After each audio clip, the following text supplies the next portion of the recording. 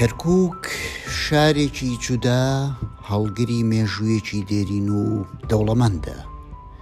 کەرکووکی کوردستانی شوێنی ئاینە جوداکان، کولتور و زمانە جودا و دێرینەکانی ناوچەکەیە. بەڵام کەرکووک هاوکات هەڵگری چەندین چیرۆکی خەمگین بەسەرهاتی شێواندن و هەروەها گۆڕینی دیموگرافیاکەیەتی.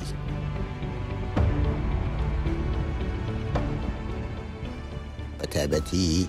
لە سەردەمی بەعسیەکان بەدواوە. تاکو ئێستا هیچ سیاسیەکی عێراق نییە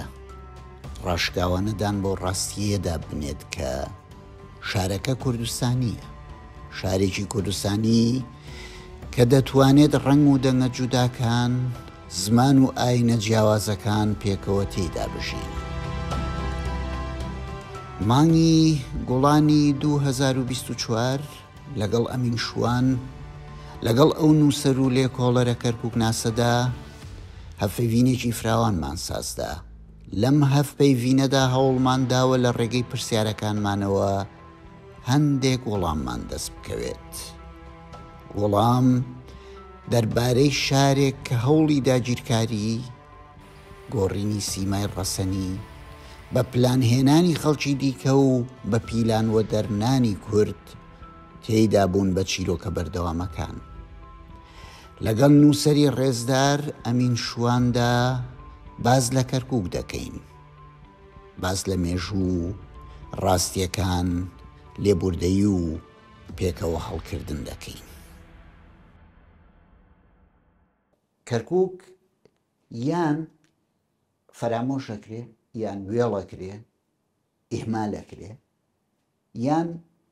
خراپ باسەکرێ، تێکەڵ و پێکەڵ باسەکرێ. ئیمڕۆ لەگەڵ مامۆستا ئەمین شوانە حەز ئەەکەم نەک هەر حەز بابەتێکی گرنگە بە پێویستی دەزانم کە باز لە کەرکووک بکەین. ئەوەندەی توانیمان، ئەوەندەی کار و تااقەتمان بڕی کرد، کات و تااقەتمان بڕی کرد. مەبەستم وەکو لە ناردنی پرسیارەکان یان تەوەرەکانیشە دەستنیشانم کردبوو، چۆن کتێبێکی ئەکادیمی زانستیە نووسی، سەرەتا دەواازەیەک دەنووسی، دەمەوێت بە دەواازەیەک دەست پێ بکەین چۆن بڕۆینە ناو بابەتەکەمانەوە. کەرکووک لەکەیەوە خراوەتە سەر دەسەڵاتی یان قەڵەمڕەوی دەسەڵاتدارەتی عوسمانی. زۆر سپاس بۆی کە ئەم دەرفەتتان داوە پێم کە باسێکی ئەوەی کە لە توانەمە هەیە ئەوەی کە ئیزانم شاری کەرکووک شارە خۆشەویستەکەمان بکەم و بتوانم شتێ بخەمە سەر ئەو بابەتانەوە و کارانەی کە کراوە. بێگومان ئێمە زانین کەرکووک شارێکی دێرینەیە و ئەوەی کە من لەسەر چاوەکانە خوێنومەتەوە چەند جار بە تایبەتی نووسینی ئەو فەقێیانەی کە لە مزگەوتەکانی قەڵایە دەرسیان خوێنووە، زۆر پێم سەیر بوو کە بخەنەوە لە پەراوێزی کتێبێکە کە نووسیێتەوە دەڵێ ئەمەم لە دێی کەرکووک نووسیەوە. دوای ماوەیەک با بڵێن لەوانەیە 70-80 ساڵێک چچکە ئەمان کاری کردووە دەڵێ ئەمەم لە شارۆچکەی کەرکووک نووسیەوە، لە دێەوە بۆ شارۆچکە. دوای ماوەیەکی زۆر زۆردر ئەڵێ ئەمەم لە شاری کەرکووک دۆزیەوە. ئەمە چیمان پێڵێ؟ ئەمە ئەومان پێڵێ کەرکووک لە سەرەتایە هەر قەڵا بووە، قەڵاش لە شێوەی دەیەکی بچووکا بووە. ئێمە لە زانستی کۆمەڵایەتی و دروستبوونی شارە ئەزانین، ئەوە بابەتێکی زانستی باوەڕ پێکرا و لێبڕاوەیە کە هەموو شارێک بە دێ دەستی پێکردەوە. دوایی بۆتە شارۆچکە، دوایی بۆتە شار، کەڵێ هیچ شارێک نییە لە خۆیەوە لە ناکایەکە بوو بێ بە شار. کەرکووکیشمان عینی ئەوەیە. هەر بۆ نمونە پێتەڵم بینێ تاوغ لە کەرکووک مهمتر بووە، هەولێر لە کەرکووک مهمتر بووە. ئەم کەرکووکە لەسەر خەڵات دروست کراوە. ئەوەی من سەیرێکەم و بە سایشتی خۆم کە مناڵی قەڵاشم، کەرکووک لەسەر گردێک دروست کراوە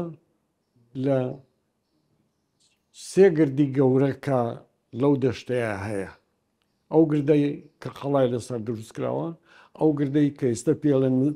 ناوچەی مزگەوتی ئیخوان و بڵندایەکانی گەڕێکی تەپە، ئەو گردەی کەلوا لە ناو عەرەفەیە و پێڵێن ناوچەی موسەیەجە کە وەختی خۆی ماڵی ستافە ئینگلیزەکانی لەسەر بووە. بەڵام بۆچی ئەو کەسەی کە قەڵای دروست کردو وەختی خۆی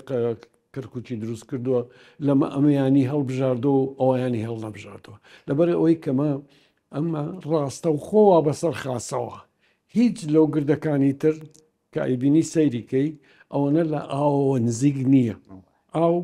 شتێکی زۆر گرنگ بووە بۆ دروستبوونی ژیان، لەبەرەوە ئەو کەسا هاتۆ دروست کرد. ئەوەی من کە بە سایشتی خۆم ئەیبینم ئەوەیە کە قەڵا لە پێشە لە بەشی خوارەوە دروست بووە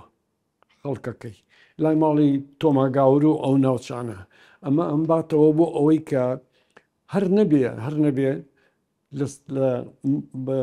دەورانێکی دوورە گەورەکان لە پێشا لێ بوونە. مامەسا ببوورە بۆ ئەوەی وێنەیەکی ڕوونی گشتی هەبێ بۆ نەوەی ئێستا. ماڵی تۆما لەکوێ بوو؟ جەنا بەدەڵی لە بەشی خوار و لە بەشی خوارەوە با ئێمە بۆ نەوەی ئێستا سینەما خەیان بکەین بە نیشانە لەکوێ بووە؟ ماڵی تۆمە ئێستش ماوە، ئەگەر بچیتە ناوی کۆشکێکی زۆر گەورەیە، چونکە تۆمە گەورەترین خانەدانی گەورەکان بۆ وەختە. ماڵەکەی و ئەڕوانێتە سەر ئەوەی کە پێڵێن قاڕی بازار یاخۆ سەرەتای پردی دووەم لە دەستی ئەم بەرەوە. ئەگەر تۆ لێەوە سیرکەی ماڵەکەی دیارە و من چوومەتە ناو ماڵەکەی و ماڵەکەی کۆشکێکی زۆر گەورە و شوێنێکی زۆر گەورە بەتێکەوە کەنیسەیەکی گەورەی گاورەکان هەیە کە خوان پێڵێن کەنیسەی ئومولەحزان. دوایی لەو لاترەوە کەنیسەیەکی تر هەبووە کە دانیار پێغەمبەرە، لەو لاترەوە کەنیسەی کە پێڵێن گومەتی شین، ئەوەی کە پێڵێن گومەتی شین و ئەنەمەریەمیشی پێڵێن، ئەو کەنیسەیە. واتە بۆ ئەم قسەیەکەم ئەو گەڕەکە گاور بووە. ئەم گاورانە چێن؟ ئەبێ بزانی ئەم گاورانە ئەوانن کە نوختی خۆی لە ئورفەوە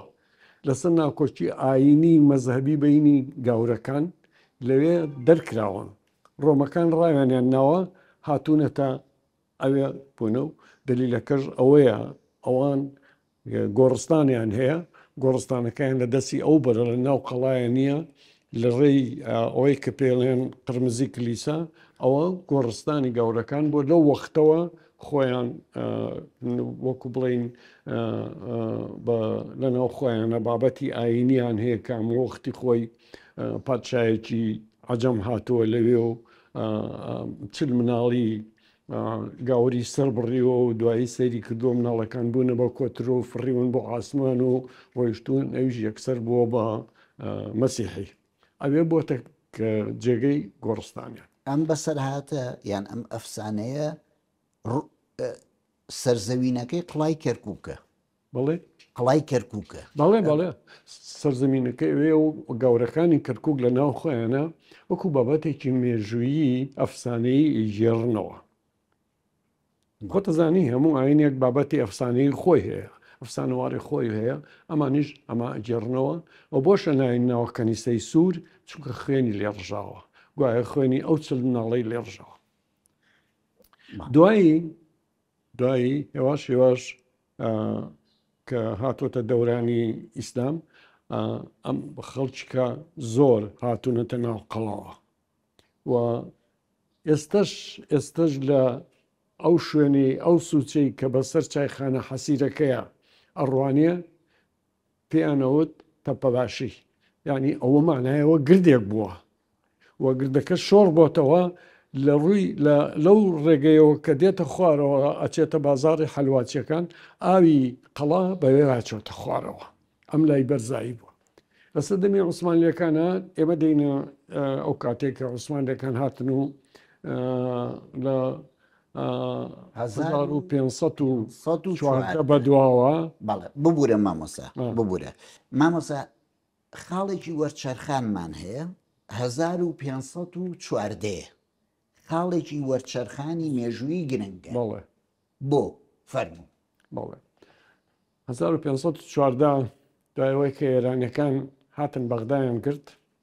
عوسمانیەکان زۆریان پێ نەخۆش هاتن ئەوە بوو کە شەڕی بینی شای ئیسماعیلی سەفەوی کە لە 1500 دەوڵەتی سەفەوی ئەلان کرد بوو بە دەوڵەتێکی شیعەی زۆر توندڕەو دەوڵەتی عوسمانلیش دەوڵەتی سونی بوو و توانم بڵێم لە سونیتیە دەوڵەتی توڕەوی سونی بوو کە هیچ شیعەی قبوڵ ناکرد بوو بە ناکۆچێکی زۆر گەورەیان عوسمانیەکان هەستان 40,000 شیعەیان لە ئەنەدۆڵ سەربڕی ئەمانیش دەستیان کردبەوە ئەوە بوو لە 1514 شەڕی چاڵدێران بوو شەڕی چاڵدێران بۆ بوو کاکە لەسەرەوە بوو کە عوسمانلیەکان لە ئەوروپا شکابوون هیچ مەجالیان نەبوو هاتنەوە بەرەو ڕۆژەڵات کە هاتنەوە بەرەو ڕۆژەڵات ئیتر ملیان نا بۆ ئەو وڵاتانی شین کە بەشێکی بەدەستی ئێرانەوە بوو شەڕەکە لە بینیانە لەسەرەوە قەوما کە قەوما لەو شەڕەیە کوردەکان عامیلی ئەساسی بوون و ئەگەر بەهاتایە کورد بەلایەکیانە نەشکایە هیچ ئەو لایە سەرکەوتنی نەبوو هیچ ئەو لایە سەرکەوتنی نەبوو ئەوە بوو خوا ئیدریسی بەدلیسی مەلا ئیدریسی بەدلیسی خوا لێ خۆش بێ ڕەخسان لەو کاتەیە کە توانی یەکێتی و بوونی خێڵە کوردیەکان بپارێزی بەو نیزامی خێڵەکیەی کە هەبوو تۆ بێەوە بزانی زۆر مهمە بەو سیستەمی خێڵەکیەی کە هەبوو سیستەمی میرایەتی هەستا بە سەلیمی وت بە سوڵتان سەلیم وتی تۆ چی بکەم باشە وتی تۆ ئەگەر بێت و کوردەکانت لەگەڵا بێ لەم شەڕێیا سەرکەوتیت ئەگەر کوردت لەگەڵا نەبێت هیچت بۆ ناکرێ وتی باشە وتی چی بکەم باشە وتی ئەم کوردە دابەش بوونە بەسەر میرایەتی 26 میرایەتی هەر لە ئورفە و عینتاب و ماردینەوە بگرە هەتا چیتە وان و باشقەڵا هەتا چیتە ئەرزەڕۆم لەوێشەوە هەتا چیتە ورمێ ئەسوڕێیتەوە دێ بۆ ئیلام بەرەو بەسرە ئەمە هەمووی کوردە و عشایری کوردە تۆ ئەگەر بتانی ئەمانە بەلای خۆتان ڕاکێشی سەرکەوتن پسۆکەرە وتی چی بکەم وتی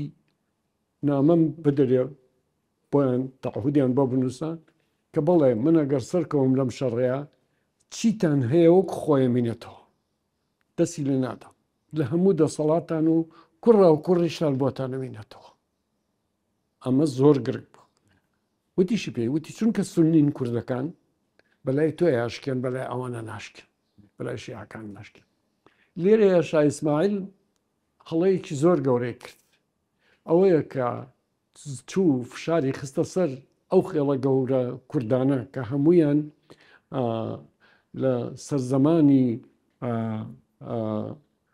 بلووکە تەوایفیان کە پێوت ئەمانە هەموو گشتی لە شوێنی خۆی میر بوون هەستا ئەوانەی لادا لە جیاتی ئەوان فەرمانداری شیعەی خستە سەریان هەندێکیان ڕایان کرد هەموو ڕاکردوانەیە کە ئەیان بینین و هاتوونەتە پێدەشتەکانی کوردستان لەوێەوە و بە ئەسڵ خەڵکی ئەوێن مەسەرن نمونە شوان مەسەلە شوان هەمووی لەوێەوە هاتوون لەو فترەیە لە ژێر فشارانیان توانیەوە بچن ڕایان کردو هاتوون بەرەبەرە لە ناو شوان جێگیر بوونە لەو بەڵێ خۆی ڕووبەڕە هاتوونە بە قۆناق هاتوونە بە هەر بۆ نمونەی شوان بەدەم قسەکە بڕەوە هاتومە تونتە مەسەر منطقەی خانەقین هاتون تەکفری لە گەڕووس خۆیان لە گەڕووستانەوە هاتوون بە نازی ئەو شوێنەی کە ناوی گەڕووس بووە لەوێ گەڕووسێکیاندانەوە هاتوونەتە کەرکووک ئەمە زۆر موهیمە لە کەرکووک کۆشکلی هەیە بڵنە هیچ کۆشتکلی لەسەر بەو تینەی لە بدایەتیش ماڵی قازی ئەلوێ ئەوە کۆشکلیان پڵت ئەوە کۆشکلی نییە کۆشکلیە چونکە ئەمان خەڵکی کۆشک بوون لەوێ لە کاتبوون لە دارەمانەوە هاتوونەتە دارەمان بە ناوی دارەمانەکەی ئەوێەوە ناویان ناوە ئەجا لێەوە هاتوونەتە منطقەی شوان و لەوێ بۆ بنتەوە ئەوە ئەو لەونەوەچێ بڵاو بنتەوە ئەمە نمونەیە کە بۆ هەموو ئەو خێڵانەی کە وەختی خۆی هاتوون پێ هاتوون بەڵام ئێمە لە 1514 شەڕێکەیە کە کەرکووک و ئێمە باسەکەمان باسی کەرکووکە کەرکووک ئەچێتە ناو سنووری دەسەڵاتی عوسمانیەوە بەڵێ منەمەوێ باسی ئەوە بکەین وەکو باگراوندێک وەکو پێشخانێک بۆ باسەکەی ئێستامان بەڵێ جا ئەوە لە یەکێک لەو دۆکمنتانەیە کە بۆتم باس کردووە یەکێک کە شاهیدی ئەو کاتە بووە وێنەیەکی ئەو شەڕی گرتووە یەکێکیان خۆشبەختانە شارە زورە شارە زور ئەو وەختە ناوی کەرکووک بووە محمود بەگناوێک ئەو وەختە میری شارە زور بووە ئازایەتێکی زۆر گەورەی کردووە لەوێ ئەوە کراوەتە وێنەیەکی گەورە و باسی بە دوور و درێژی کراوە لەو 26 میرنشینە یەکێکیان کەرکووکە عوسمانی هاتۆتە کەرکووکەوە بەڵام کە هاتۆتە کەرکووکەوەکو پێتە بوت نەهاتووە ببێ بە سەرداری کەرکووک بۆ خەڵکی کەرکووک خۆ هێشتێتەوە بۆ ئەو ناوچەی کەرکووکە هێشتێتەوە بۆ ئەو میرنشینە هێشتێتەوە کە خۆی بمێنێتەوە ئەمە تا ماوەیەکی زۆر دەوامی کرد دوایی کە عوسمانی لە شەڕی چاودێرانە بردیەوە و هەتاکو تەورێز شاه ئیسماعیلی ڕاونا و ماڵ و مناڵەکەی داگیر کرد و چی ئەنجا هاتنە سەرەوەی کە سنوور دانێن بەداخەوە لەو سنووردانانەیە نیوەی کوردستان بوو کوردستان کرایە دوو بەشەوە بەشی عوسمانی و بەشی سەفەوی کەرکووک لەو کاتەیە هەر بە شێوەی خۆی بە پایتەختی شارە زور مایەوە شاری کەرکووک کەمتر بە حتا لە چەندین شیعرا لە چەندین نووسڵەیەوە لە چەند کەم جارە وتریا کەرکووک هەرەوتریا شارە زور و شێخ ڕزا بە دوو جار بە شێعر ئەوەی دانا و دەری خستووە هەتاکو ئەو کاتەی کە دەوڵەتی عوسمانی کەوتووەتە دروستکردنی جۆرێک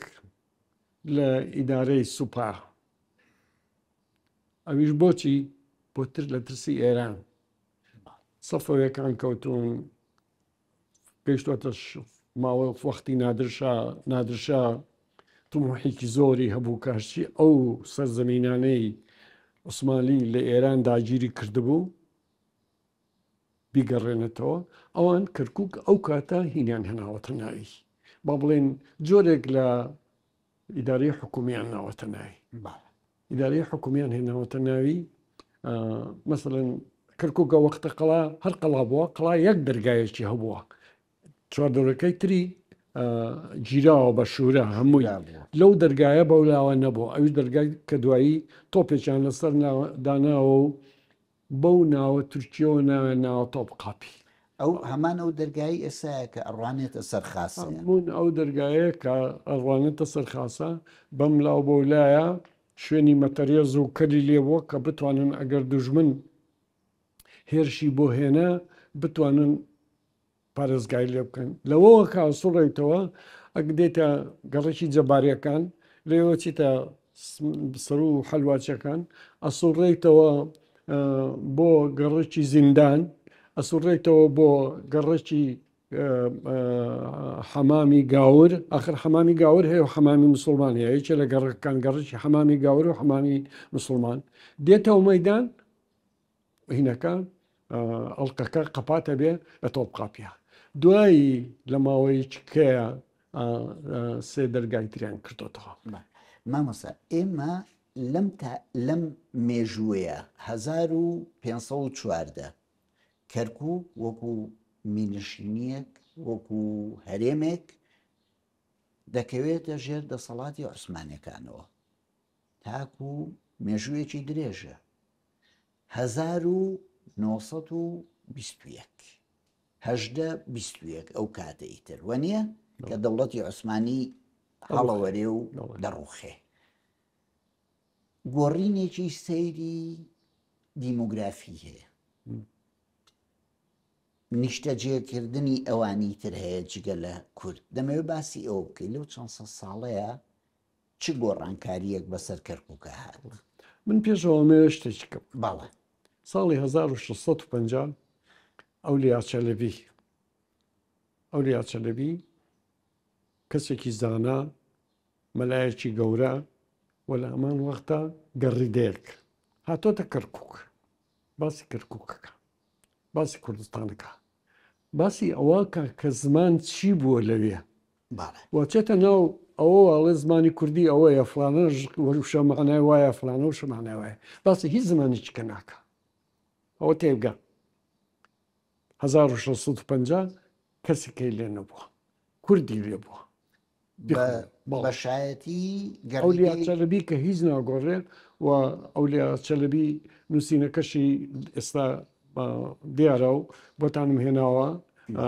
حەزەکەم بڵێ ئەمەیە ئەمە نووسینەکەیەتی باسی زمانی کوردیەکە لێرە باسی ئەم ناوچیاکە باسی شتێکیکە ناکات ئەمە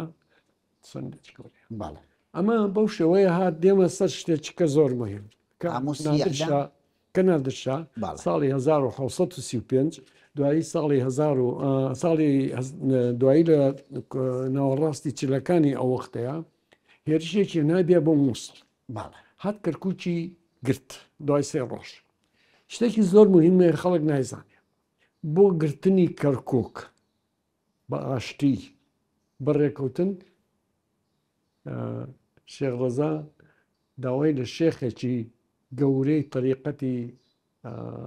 هین کردووە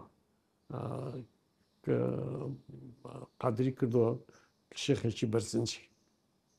داوای لێ کردووە دەڵێ داوا لێکەم بە خەڵکەکە بڵێ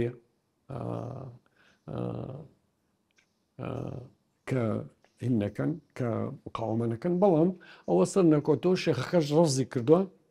قڵای داوەتە بەرتۆپ قڵای وێران کردو هەر هەمووی وەڵام کردو کوشت و کوشتارێکی چاکیشتیا کردو ئەمە قۆناغێکی زۆر مهمە و مەدلولەکەژەوەی کە ئەو نامەی بۆ ئەو شێخە نووسی ئەو شێخە ئێستاکە شێمحیدینی گەڵە زەردەیە کەوا قبرەکەی لە مزگە لە گۆڕستانی لەسەر گردەکەی گردی شێمحیدینە لە قەڵا لە هین لە قبرستانی شێمحیدین بۆ ئەو نووسێتی بەڵام شێمحیدین هەمووی نەکەی ئەوی ڕابس کردووە کە هاتۆتەوێ دوای ئەوەی کە ئەو کشاوەتەوە لە جاری دووەمە شەڕێکی گەورە بووە لەناو قەڵایە کوشتارێکی گەورە بۆ لە بەنی خەڵکە خۆیان لە هەولێرش بۆ لەم قەڵایی کە ئێستا ئێمە لێ دانیشتی چونکە هەردووکیانی وێران کردووە نادرشا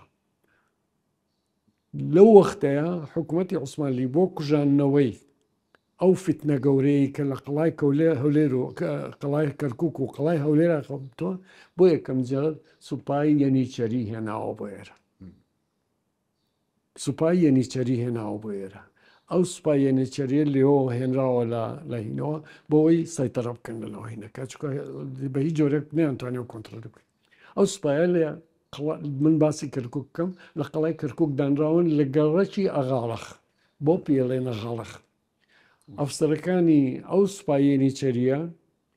پێیان وترا ئاغا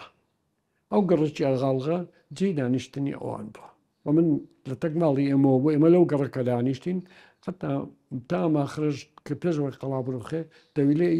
وڵەخەکانیان مابوو ئەوە بەدەم تۆپقاپیەوە کە شوێنی هینی عسکەری عوسمانی بوو. ئەمە قۆناغێکی کەیە لە هاتنی غەیری کورد بۆ ناو قەڵای کەرکووک. باشە و یاخود ئەگەر باشتر بڵێم هاتنی خەڵکی غەوارەی کە ڕەسەنی قەڵانین بۆ ناو قەڵا. سەرچاوەیەکی تریشمان هەیە کە قاموسی عەلامی شەمسەدین سامیە مامۆستا بەڵێ سەبارەت بە کەرکووک. بەڵێ ئەوە من بۆ هاتم بە قۆناغ بۆ هاتم. بەڵێ قۆناغی دوایتر ئەوە کە ئەوە ئیتر هیچ جێگەی ئەوە نییە کە ڕەت بکرێتەوە ئەو یعنی گومان نامێنێتەوە. بڵێ ئەوە بە شەمسەدین سامی ئەوترا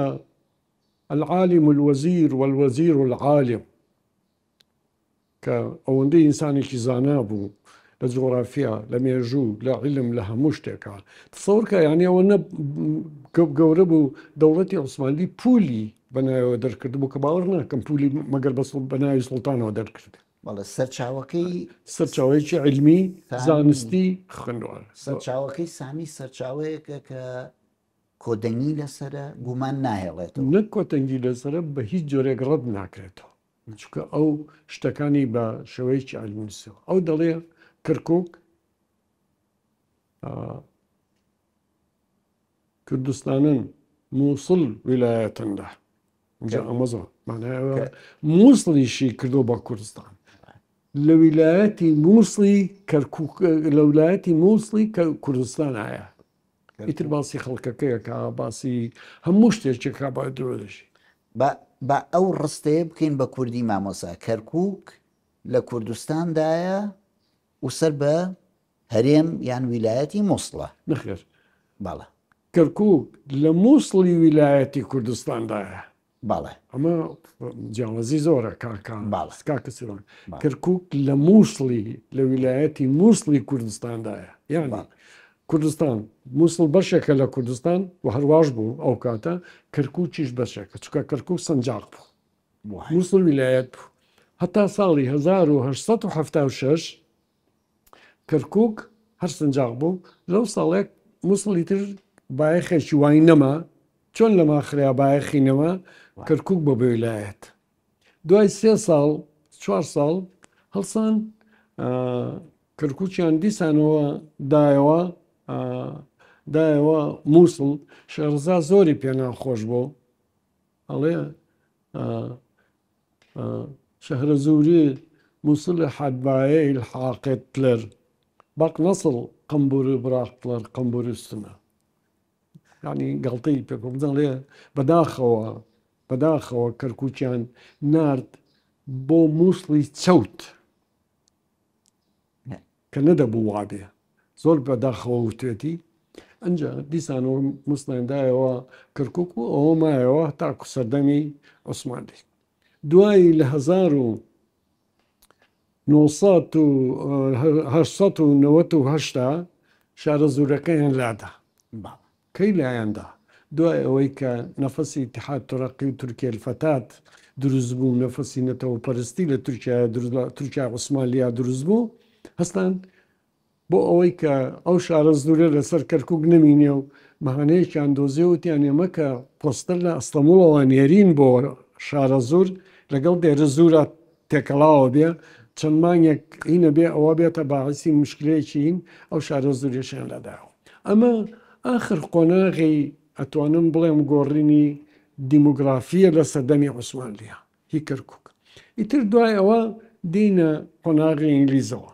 مامۆسا کێشەیەکی کێشەی زمان ڕاستە هەر زمانی دەوڵەتەکە زمانی عوسمانیە زمانی تورکیە بەڵام زمانی بازاڕیش زمانی تورکیە لە شارێکی کوردیە لە شارێکی کوردستانیە کە سنوورەکە و کاتە فراوانتر بووە جەنابە زۆر باش ئاماژەت پێکرد نەک کەرکووک سەر بە مووسڵێکە کە مووسڵیش لە کوردستانایە ئێستا بەداخەوە مووسڵ لە کوردستانە نییە ئەو ناوچانەی تر وەنیە تا نزیکی کەرکووک هاتووینە کەرکووک خۆشی بوو بە شوێنێکی ناکۆچی لەسەر کە ئەمە خۆی لە خۆیان تراشیدایەکی گەورەیە، بەڵام باسێکی ترە. ئەو کاتە زمانی نان ئەکمێک دیلی زمانی تورکمانیە. بەڵێ ڕوونکردنەوەتان بۆ ئەمە چییە؟ بەڵێ ینی پێشەوەی بچینە قۆناغی ئینگلیزەوە. بەڵێ جارێ هەند بە کورتی پێت بڵێم مووسڵ ئەو کاتێکە ئەمەری کوڕی خەتاب مووسڵیان کرد سێ بەش سێ جۆر نەتەوەیتیان بڵ هەر بە کورتی بڕای یەزیدی کە پێیان وتن جەرامی قەتل فورس کە یەزید بوو گوایە زەردەشتین جوولەکە کەور. بەڵام لە ناو مووسڵە هینی معبەدی یەزیدی هەبوو کە عوسمانلیەکان هاتنە ناوچەی کوردستان وی مووسڵیان داگیر کرد تا چەند ساڵ هەموو والی و متصەرریفی مووسڵ یەزیدی بوو. یەکێ لەوانەیە ئێستا لە بیرمە داسنی میرزا پاشا، داسنی ئیبراهیم پاشا. واگەر بچم ساڵنامەکەم بێنم ساڵنامەی عوسمانی ئەو فترانە ئەو یەزیدیانە هەموو معلومن چکە ئەوانە منطقە واتە منطقەکە کوردی بوو، بەڵام هێواش شێواش ئەو عەربانەکە هەتنەوە منطقەیە لەژێر تاسیری دینی ئیسلامە بوون بە عەرب. واز لەوە بێنە دێنێ سەر مەسەلەی زمان بە شێوەیەکی زانستی دایمەن زمانی دەوڵەت زاڵە بێ بەسەر زمانەکانی ترە. زمانی دەوڵەت زاڵە بێ ئەوە بابەتێکە زانستی بێ بیزانی. زمانی سیستەمە، زمانی ڕسمیە، زمانی فەرمیە، زمانی سیستەمە، مووسڵ و بەغداد بۆ دێنمەوە. مووسڵ و بەغدا زۆربەی خەڵک بە تورکی قسەیانە کرد. ئەوەی خۆی بە دەستە بژێری ناو کۆمەڵ ئەزانی ئەبوو بە تورکی قسە بکە. زمانی چونکە زمانی ئاین بوو، زمانی قورئان بوو، عەرەبی لادرابوو، زمانی تورکی هاتبووە جێگەی. نمونە هەیە لەو سەقەفانەی ئەو ڕۆژانەی بەغدا نووسیان ناڵێن کاکە زمانی کوردی زمانی عەرەبی نەما ئیتر زمانی تورکی زاڵ بوو. لە مووسڵ هەر عینی وە. کەرکووک بەتایبەتی لەم دوایەیە کە جۆرێک لە هەستی نەتەوایەتی تورکی و فڕستکردنی تورکی بوو. دووەم دوو شتەوە. یەکەم تۆ لە هەر ئیشێکی حکوومەتە لە وەزیفەیەکی حکوومەتە نەدەتوانی ببی بە پلەیە گوەر بگری شوێنێ گوەر بگری ئەگەر سێ شەرتت تێنە بواە تورکی بەنووسین، تورکی بە خوێندنەوە، تورکی بە قسە کرد. ئەمە زۆر مهمە کابرا ئیتر کە ئەوەی بەسەراهات هیچ بانەی نەبوو زمانەکەی خۆی باز دەبێت. دوو ناونراوە زمانی تورکی پێوترا ئەکوێنی تۆ نان پەیان ناکە کەسڵان بێت. سێ ئەو کاتە ڕاستە خوێندنگا بەو شێوەی کە دوایی دانرا دوا ڕژدیەکان دروستکران، بەڵام وەختەش هەر بە تورکی قسەکرا. ئەمە تەئسیرێکی زۆری کرد. لە پاڵەمەیە هەستی متەوایەتی نەبوو ئەو ڕۆژە کاکە سیروان شتێک نەبوو. هەستین ئەتوانم بڵێم هەستی نەتەوایەتی شتێکی نامۆ بوو، ئەتوانم بڵێم عیب بوو، ئەتوانم بڵێم هەتا مامۆستا ئاینیەکان بە دژی ئاینی ئیسلامدایان نەچکە ئێمە هەمومان ئومەی ئیسلامی و ئومەی ئیسلامیش بەچێوە مەربوتە بە خەلیفەی ئیسلامەوە مەربوتەکە لە ئەستەمبوڵ و تورکە. ئەمە بۆیە زمانی تورکی زاڵ بوو لە بازاڕی شاو لە خەڵکی لە ناو خەڵکیشا لەو کاتەیە. من زۆر باش لە بیرمە لە قەڵا بووینە تا پەنجاکان، ئەوە هیچ لەوە پێشتر لە قەڵا لە پەنجاکان لە چلەکان ئێمە چاکمان نزانی فلانە کەس کوردە، بەڵام بە تورکمانی قسەیانە کرد. قۆناغێکمان هەیە، قۆناغی دوایی کۆتایی هێنانی شەڕی یەکەم، قۆناغی نەمانی دەوڵەتی عوسمانی، قۆناغی هاتنی ئینگلیز و دۆزینەوەی نەوت لە کەرکووک. هەموو ئەمانە ئەم وەرچەرخانە ئەم قۆناغە نوێیە چۆن ڕوونەکەنەوە. بەڵێ لێرە بە کورتی مێ شتێک تۆزە بچمەدەوە. ئەو کاتێک کە لە ئاخرۆخری سەردەمی عوسمانیان مەسەلەن لە کەرکووک میرایەتی زەنگ نەهەبوو بی ئیسماعیل بەک ئەوە لە عەسری بۆیە باسەکەم لە عەسری تەنزیمات کە دروستیان کرد ئیتر ئەو میرایەتیانەی کوردیانیان هەموو لابرد. مەبەست سەردەمی تەنزیماتی دەوڵەتی بەڵێ عوسمانی بەڵێ سەردەمی سەردەمێکی چاکساسی کورتە چونکە 50 ساڵێکە تا تقریبا 56 ساڵێکە تا دێتە هاتنی ئینگلیزەکە کە لایەن برد بەڵا تەنزیماتیان دروست کرد. ئەمە پێت بڵێم ئەو کاتێک ئینگلیزەکان هاتن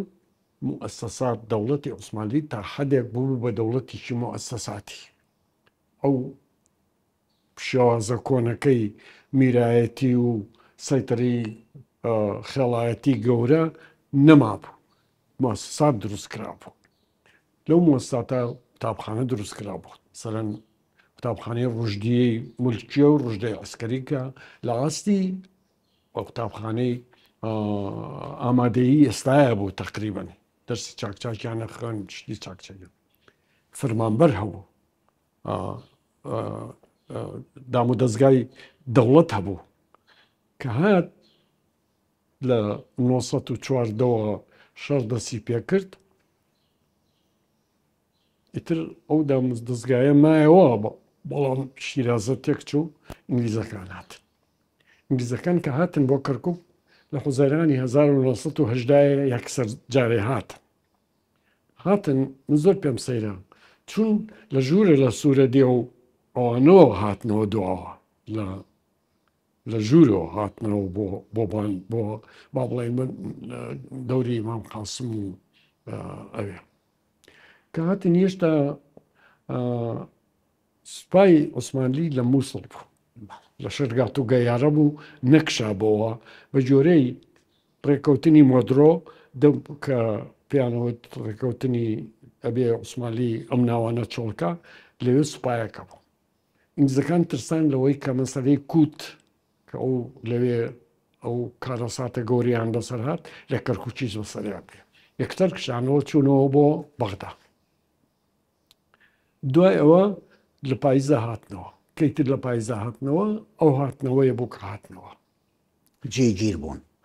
جێگیر بوون بەڵێ هاتنە قشڵەوە بەڵێ هاتنە قشڵەوە قشڵیان داگیر کرد شاریان داگیر کرد. ئیتر ئەوان بوون بە بەرپرسیاری کەرکووک هەستان ئەنجومەنێکی با بڵێن کارژێڕیان بۆ کەرکووک دروست کرد لە 12 کەس لەو 12 کەسە 6یان کورد بوون، دوانیان یەکێ جوولەکە یەکێ گاور، دوانەکەی تر چوارەکەی تر ئەوانیش هەر بەڕسەن من بەڵگەمدایە و ئەو بەڵگەی لێرەش هەیە بەڕسەن دوور نەبوون لە کورد بوون دوو تۆزێک ئەگەر وەکو هینەکەڵێ و پێستەکەیانە تۆزێ بۆ خۆرانە هەیەگە هیچی سەر هینەکان بەڵام بە هەر حاڵ بۆ نەوە پێچیانە مەسەڵەن لە کوردەکان مەجید پاشا بابان ڕەزا بەگی جاف شێخ حەمیدی گل ئەمانە کە هەر ئۆتیمادیان کردەوە سەر وەک خێڵە گەورەکانەوەوانەیە کە نفوزیان ئینگلیزەکان سیاسەتیانەوە تا ئەو کاتە هێشتا مەسەلەی نەوت گرنگی پێیانە کردو لە ئینگلیزەکان باڵە ترسیشیان زۆر هەبوون لە ئەوەی عوسمانی بگەڕێتەوە ئەترسان زۆر لەبەرەوە چەرچل زۆر هەوڵێدا کە مستەفا کەماڵ ڕازیکە نەیوروژێنە هەر ئێمەش بووین بە قوربانی ئەو کینەی چەرچل بەعکسی ئەوە لوی جۆرج کە سەرۆکوەزیران بوو لەگەڵ یۆنانیەکان هەبوو چەرچل هەر دەویست و چەرچل ئەتا وەختەش نەیدەزانی بە تەواوی مەسەلەی نەوت چییە هەتا ئەو وەختەش بریتانیا پلانەکەی وابوو کە کوردستان بکرێ بە حکوومەتێکی تایب هەرچەند پەیمانی سێڤرە بەسترا بوو و لە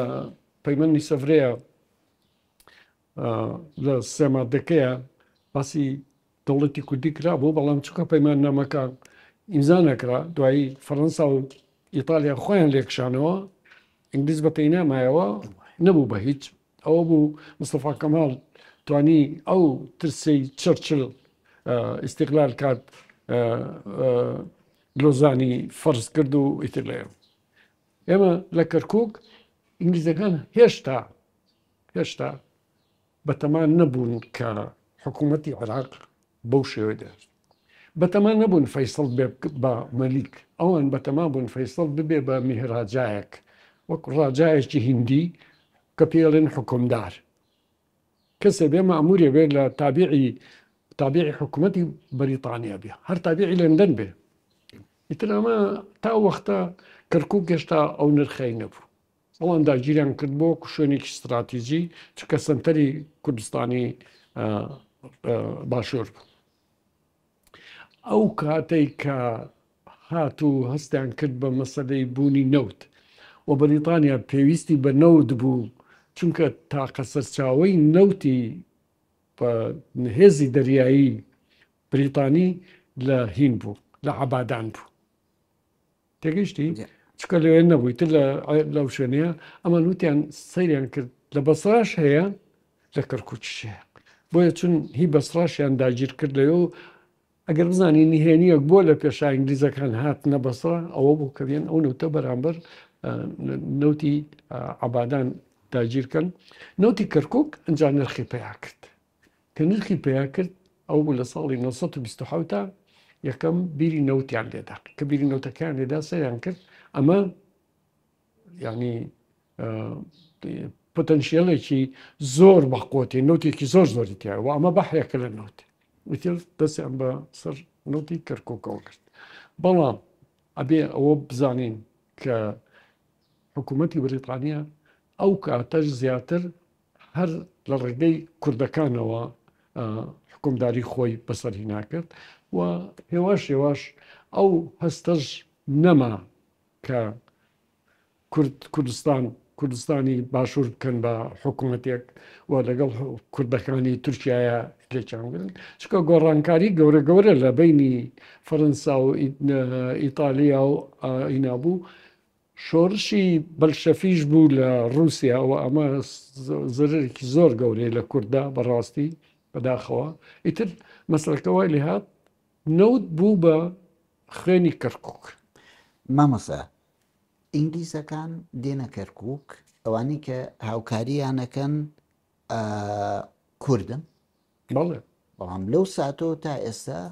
بەردەوام ئینگلیزەکان لە دژی تا ئێستا کە ساڵی 1924 لە دژی هەموو خواستێکی کوردن بەڵێ ئەو وەختە کاکە بە دەستێکردنی گێرترود بێڵ و پێرسی کۆکس دوو مەشروع هەبوو مەشروعێکی هیچ چەرچڵ بوو ئەوانەی کە پێیانەوت مەکتەبی لەندەن مەشروعێکی هی پێرسیکۆ مەکتەبی قاهیرە عەفوەن مەکتەبی قاهیرە مەشروعێکی هی گەرترود و پێرسی کۆکس بوو کە بە مەکتەبی هیندستان بوو مەکتەبی هیندستان سەرکەوت کە مەکتەبی هیندستان سەرکەوت ئیتر خەت بەسەر دەوڵەتی کوردستان و حکومی کوردستان و کوردستانی بوونە بەڵام بۆ ئەم نەفرەتە تا ئێستا بە دوایی کورد بەڵێ شتێککە ڕوویدا لەو کاتەیە ئەوە ڕوویدا کە هاتنە سەرەوەی فەیسڵ بکەنە مەلیکی عێراق و لەسەر تەخت داینێن عەبدوڵڵا بکەنە مەلیکی ئوردن ئیتر پێویستیان بەوە بوو دەوڵەتێکی عێراقی دروستکەن ئەو دەوڵەتە عێراقیە چی پێڵێم لۆرانس و گەرترود بوول و پێرسی کۆکس ڕائیان وابوو کە شتێ بکەن کە تەوازنی تیاابێ زۆربەی عێراقیەکان شیعە بوون سونی کەم بوون هاتن کوردیان وەکو پارسەنگ بە نووسراو هەیە و من کتێبێکم تەرجمە کردستە بەڕاستی ئینشەڵڵا وەکو بۆتم باس کرد چاپێکەین کە نوبینی ئەوەی هەمووی تایە بە وردی ئەو وەختە تەنها بۆ ئەوەی کە تەرازووی جێگیربوونی دەوڵەتی عێراق ڕاگرن لە بینی سنی و سنی و شیعەیە کوردیان هێنا کردیانە پارسەنگ لەگەڵ سنیەکانە و حکومیاندایە سنیەکان ئەوەی کە تێبینی دەکرێت تێبینیەکی خەمگین لە دامەزرانی دەوڵەتی عێراقەوە با بڵێین چەقی کێشەکەی ئێمە چەقی کێشەی کورد لە کەرکووکە ئینگلیزەکان لەو کاتەوە تاکو ئێستا بەرژەوەندیان با نەڵم لە دژی بەرژەوەندی کووردە بەرژەوەندیان لەگە بەرژەوەندی کوردایەکان گیر نابێتەوە هۆکار بەڵێ جا ئەوە وەکو بۆتم باس کرد کە هاتن ئەوان ئیتر نەوتی کەرکووک بوو بە بابەتێکی زۆر گرنگ بۆیان چونکە لە پێشەوەیە ئەبوو نەوتیان لە ئەمریکاوە بهێنایە بە ئەفریقایە بێیان سوڕانێتەوە ئەجا بیان گەیەنێ ئێستا لە کەرکووک نەوت پیا بوو لە بەسڕش پیا بوو کە بۆ ئەوەن ئەساسی مەسەلەکانەوە بوو کە ڕێگەیان بۆ هیندستان ئەوە مهم بوو چکە هیندستان ئەو وەختە هەمووی کاتە پاکستان و بەنگلادیش و هیندستانی ئێستا هەمووی بەشە بوو لە ئیمپراتۆرێتی بریتانیا ئەوان ئەوەنەی کە باەخیان بەو ناوانادا بە هیندستانەداوە نەبایەنخیان بە شوێنی تر نادا ئێرەیان پێویست بوو بۆ ئەوێ وەکو پردێک بۆ ئەوەی کە یەکەم بۆ پاپۆڕەکانیان کە ئیتر پێویستی ناکرد بچن بە دەوری ئەفریقایا بسوڕێنەوە یەکسرە هاتن لە جەبەڵ تاریخەوە بۆ بەحرێ بێزاڵ و قەنال سوێسا و چن خوارەوە بۆ بەحری ئەحمەر بۆ هیندستان نەوتەکەیان لە بەسترە وەرەگرت لە کەرکووک وەرەگرت لە عەبادان وەرەگرت جگەلەوەی کە ئەو وەختە هێشتا بۆ دەرکردنی بۆ دەرەوە و فرۆشتنی ئەوە نەبایەخینە بۆ ئەوان بۆ ئەغڕازی عەسکەری بوون بۆ هێزی ئاسمانی شاهانش تایارە تازە پەیابوو بوو ئینگلیز هێزێکی ئاسمانی دروست کرد بوو لەبەرەوە ئەمە بایەخێکی زۆر گەورە لە ئینگلیزەکان دروست بوو من دۆکیومنتم لا هەیە بەداخەوە ئێستا لەبەردەستم نییە لێرە لە کەرکووکە ئەو وەختە ئینگلیزەکان هەوڵیانەدا دیموگرافیای کەرکووک بگۆڕ چۆن بیگۆڕن کاکە هەوڵەکەەوە بوو کەرکووک بەس کورد و تورکمانیان تیا بوو بە هیچ نوعی عەرەبیتیانە بوو واتوانم بڵێم بەبێ بەڕاشکاوی بڵێم لەوانەیە 3 ماڵی عەرەبیتیانە بوو پێ ئەو وەختە تەمان سوپای عێراقیش دروست نەبوو بوو بۆی بڵێن سەرباز هاتەوە چی بەڵام ئەوان دەستیان کرد بە هێنانی عەرەب لە حەدیسە و لە ڕاوە و لە عانەوە و لە شەرگاتەوە لەو ڕێگەیەوە چکە خەتەکەی خەتی پێڕۆی لەوێ کرێکاریان هێنا نەیان دەویست کەرکووک ئەغلبێتیش کوردی تیاابێ ئەغلبێتێکی تیاابێ کە دەزڕۆیی بێتایە لەبەرەوە لەو کاتەوە ئەتوانم بڵێن ئینگلیزەکان دیموگرافیای کەرکووکیان گۆڕی و بەوەی کە کارمەندیان هێنا بۆ ئەوی دوای بەسەر ئامانجێکیش ئەوە نەبوو کە لە نێوان 3 پێک هاتەیە یان زیاد لە پێک هاتەیەک کۆنفلیکتە بێ ململانێ هەبێ هەمیشە بەڵێ بۆی کەس نەتوانێ بڵێ من خاوەنی کەرکووکم بەرامبەر بەوان چکە ئەمەزانی ئینگلی تر تورکمانی تر هینی نەما پشتی نەما بۆی کە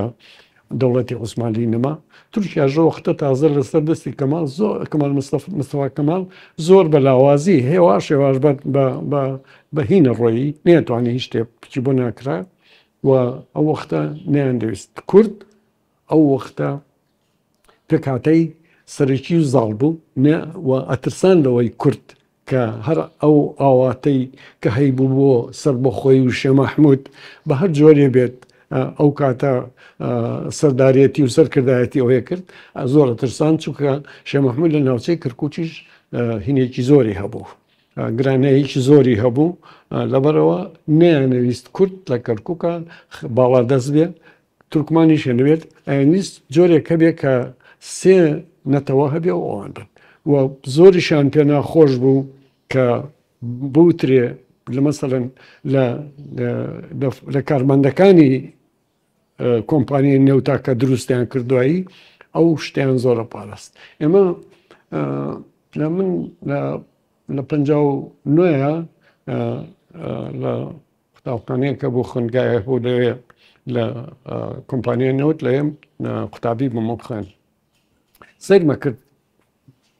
زۆربەی کرێکارەکان کوردی تایە بەڵێ بەڵام زۆری عەرەبە تورکمانیشی تایە ئەوەیان زۆر بەلاوە گرنگ بوو کە بیپارێزن و ئەوەکو پێتم وت ئەوەی کە سەرکەوت ئەو هینەی باڵی گەرتۆد بڵ و گەرتۆد بڵ و پەرسیکۆکس بوو کە دژیەوە بوون کە کورد بەڵە دەست بێت یاخود جۆرێ بێت ئەوە دەورێکی زۆر ئەساسی هەبوو.